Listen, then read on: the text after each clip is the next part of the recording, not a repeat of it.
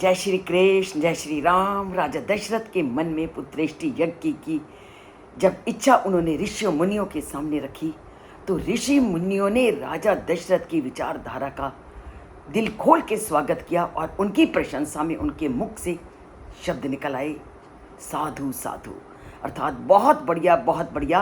अर्थात तुमने जो अपने वंश को बढ़ाने के लिए जो ये निर्णय लिया है यह प्रशंसनीय है।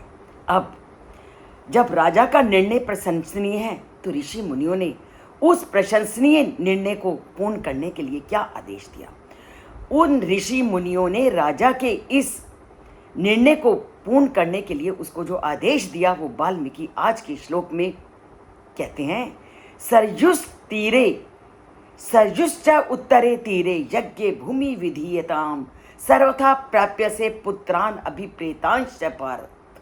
वो क्या कहते हैं कि तुमने जो पुत्रेष्टि यज्ञ का निश्चय किया उसे अब पूर्ण करो। और उस अपने निश्चय को पूर्ण करने के लिए करना क्या है, तुम्हें सबसे पहले सरयू तीरे पर, सरयू नदी के तट पर एक यज्ञ भूमि का निर्माण करना है।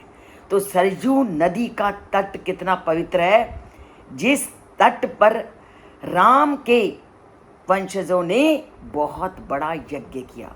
तो जिस नदी के तट पर इतने बड़े बड़े यज्ञ हों तो उस नदी के तट की कितनी महत्ता होगी ये हम आज अच्छी तरह जान सकते हैं। क्यों? क्योंकि ऋषि मुनियों ने भी उसकी उस पवित्रता को, उसकी लोकप्रियता को जब जाना होगा तभी तो राजा दशरथ को उन्होंने उस यज्ञ को सरयू नदी के तट पर करने का विधान दिया। उन्होंने कहा सरयुष चाहे उत्तरे तीरे, सरयू के उत्तर की ओर जो तट है उस तट पर आप यज्ञ की भूमि बनाइए। और अगर उस तट पर तुमने इस यज्ञ को किया तो पुत्रान अभिप्रेतांश्चा प्राप्य से, कि जिस पुत्र की, जिस वंश की वृद्धि के लिए तुमने ये यज्ञ करना चाह रहे हो, तुम अपने उन अभिष्ट पुत्रों को अवश्य प्राप्त करोगे।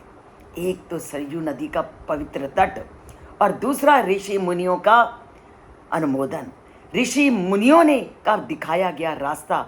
तो जिस इच्छा से राजा दशरथ वो यज्ञ कर रहे हैं वो कैसे फलीभूत नहीं होगा।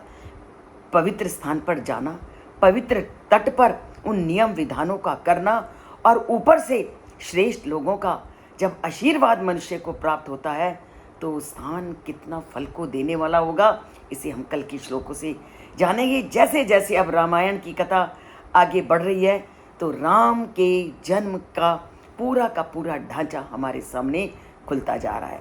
तो जुड़िए इस चैनल से, राम जी के जीवन को जानिए, क्योंकि अब राम जी के जीवन की और हम बढ़ते जा रहे हैं। और अपने जीवन को राम में बनाइए इस चैनल से जुड़कर, इसे लाइक करके और जन जन तक रामायण की कथा को पहुंचा करके।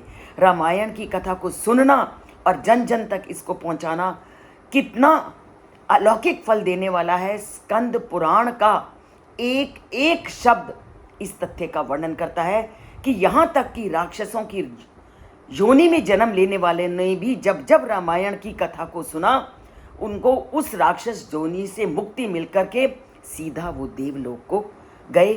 और इसका भी वर्णन हम धीरे धीरे आगे करेंगे। तो देवलोक को प्राप्त करना है, मन वांछित फल को प्राप्त करना है तो रामायण की कथा से नाता जोड़ना है। इसके लिए चैनल से जुड़ना है और जन जन तक रामायण की कथा को फैलाना है और सुबह शाम जय श्री राम बोलना है।